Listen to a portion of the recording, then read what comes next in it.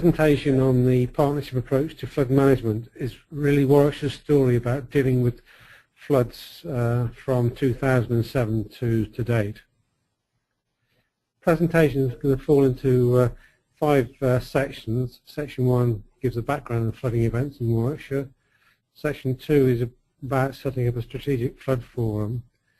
And I'm going to move on to looking at some IT systems which have been developed since 2007. And then some practical examples about partnership work, which is a win-win situation for all participants. And then just give a quick resume with some more pictures.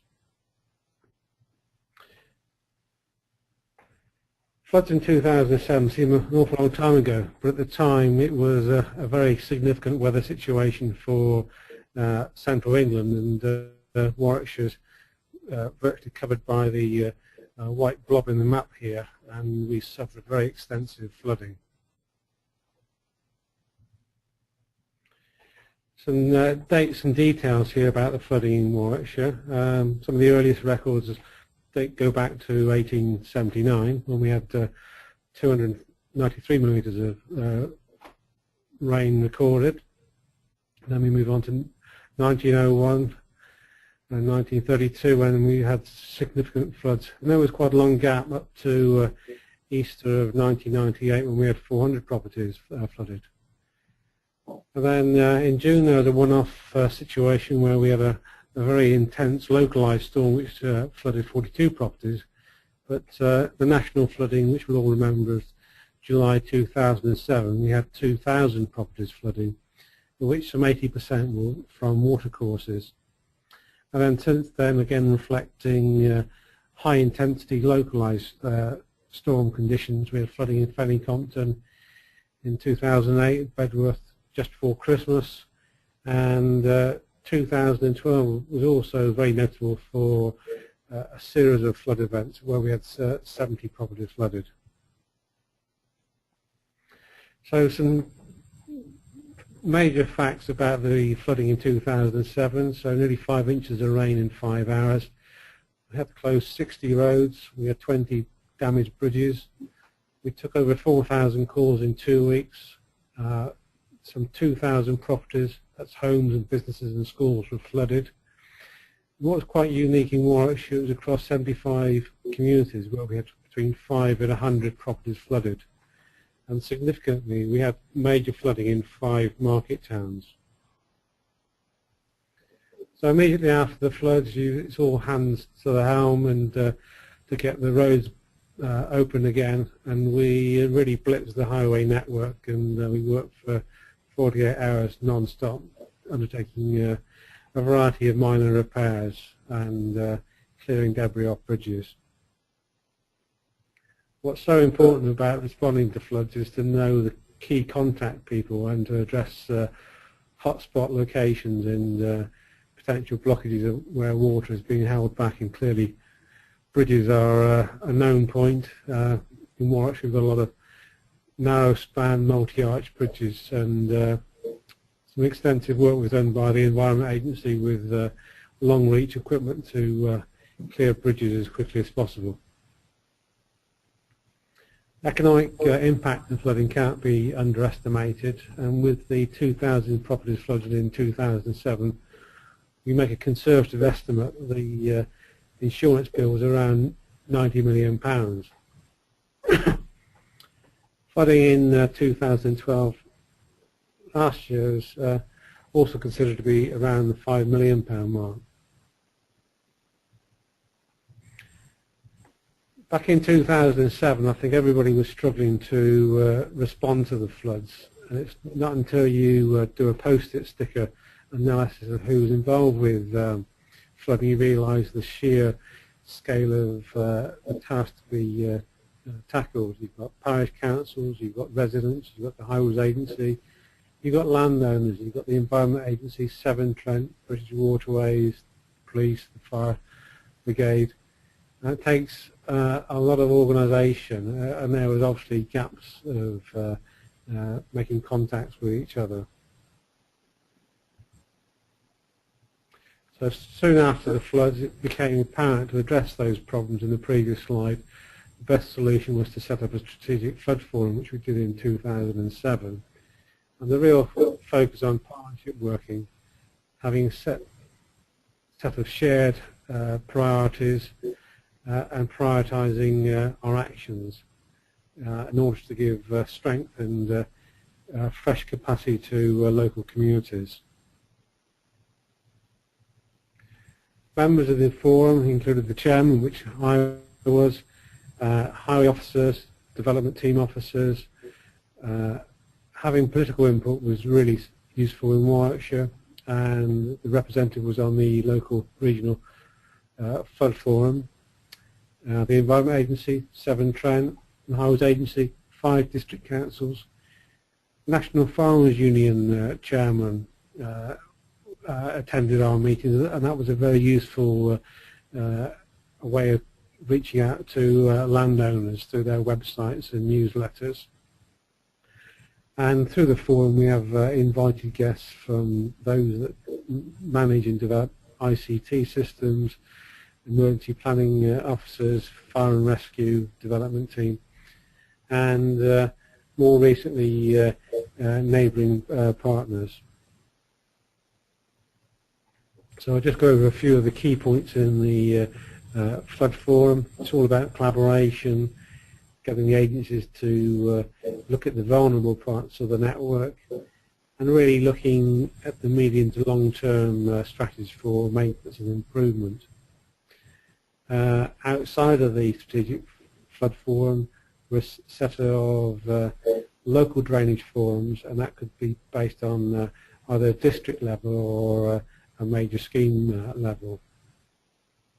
And the forum got regular updates from these agencies.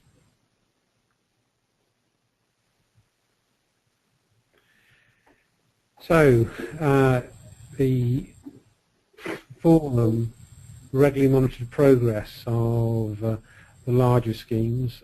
We had some already in place, which is like the Kenilworth Flood Alleviation Scheme, but after 2007, one of the biggest projects was a £20 million flood relief scheme for Leamington, and other schemes in the market towns of Alcester, Wellesbourne and Broome. And all these required fairly large sums of funding.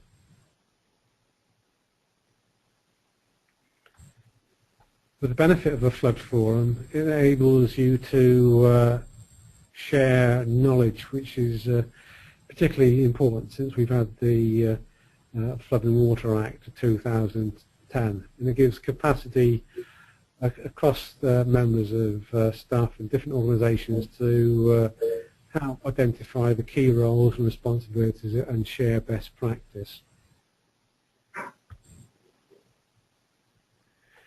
A key element after any flood incident is being able to manage PR effectively. It's obviously a very shocking and heart-rending experience for either residents or shop owners to have their properties flooded, and it needs care and compassion to manage the individuals and the media.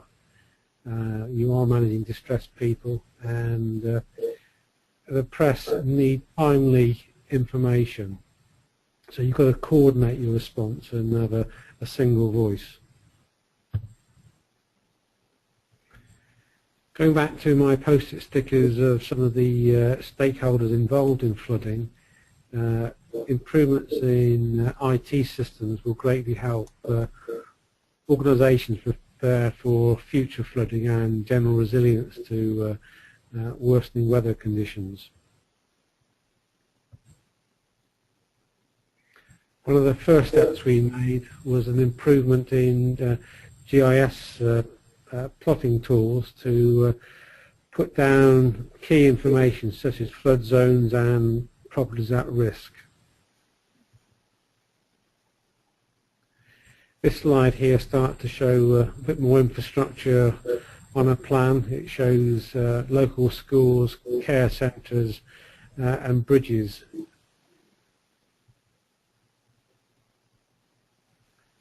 I think after 2007 all agencies, particularly the Environment Agency, started to develop more sophisticated mapping tools of flooding. And this model here was done after a flood event in Bedworth, but very accurately shows the extent of the flooding which happened within a 30-minute period. For highway engineers, there's been quite significant developments in the management of gully assets. In Warwickshire, there's 105,000 gullies, and it helps you identify the hotspots on the network.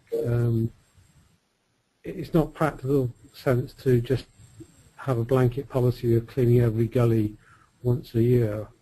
It's much more important to establish variable frequency gully maintenance regimes, where you might be going back to an area every 3 or 6 months to address the weak points in the network.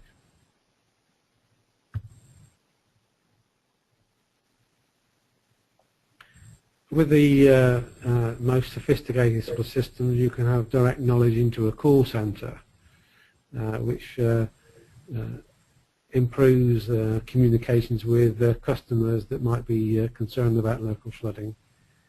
The systems for highway managers allow either direct savings or reallocation of the funds, typically 50 to £100,000, into parts of the network which need a more frequent cleaning cycle.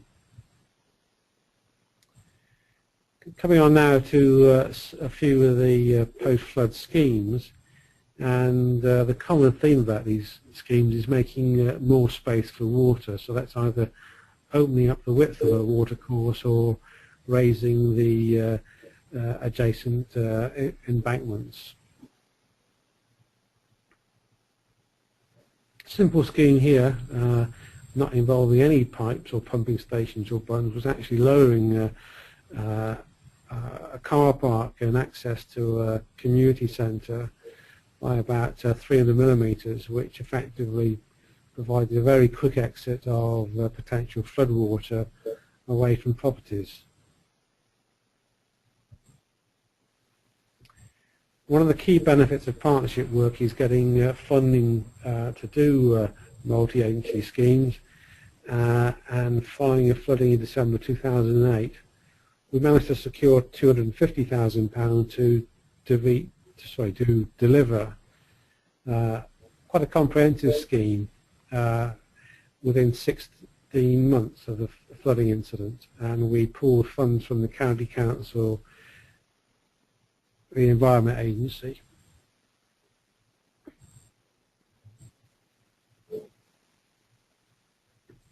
So I've got a couple of slides here summarising the key benefits of partnership work. You've got a shared understanding of the roles and responsibilities under the 2010 Flood and Water Management Act. You share programmes rather than going off and doing your own thing. You join force, you agree a priority of the top 5 or 10 schemes for a 2-year period. I strongly believe the projects are more thorough, and the schemes tend to be giving a complete solution. One of the schemes in Alcester, we actually used 9 sources of funding. We're also finding benefits in shared training between district engineers and the County Council, highway engineers and the Environment Agency in Severn Trent. And over the last 3 years we've had a graduate placement training scheme in operation. The capacity through a partnership approach is enabling us to make more professional submissions for getting funding. I think we're all competing for limited funding sources, and recently we won another bid for £250,000, which is very pleasing. Through the forum and the joint efforts of the emergency planning team, we can have emergency planning scenarios as outlined in item 8. Also, by having a one-team approach.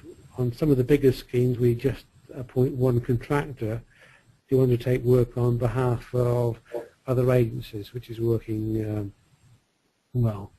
And item 10 there sets out that we can achieve better PR through a holistic one-team approach.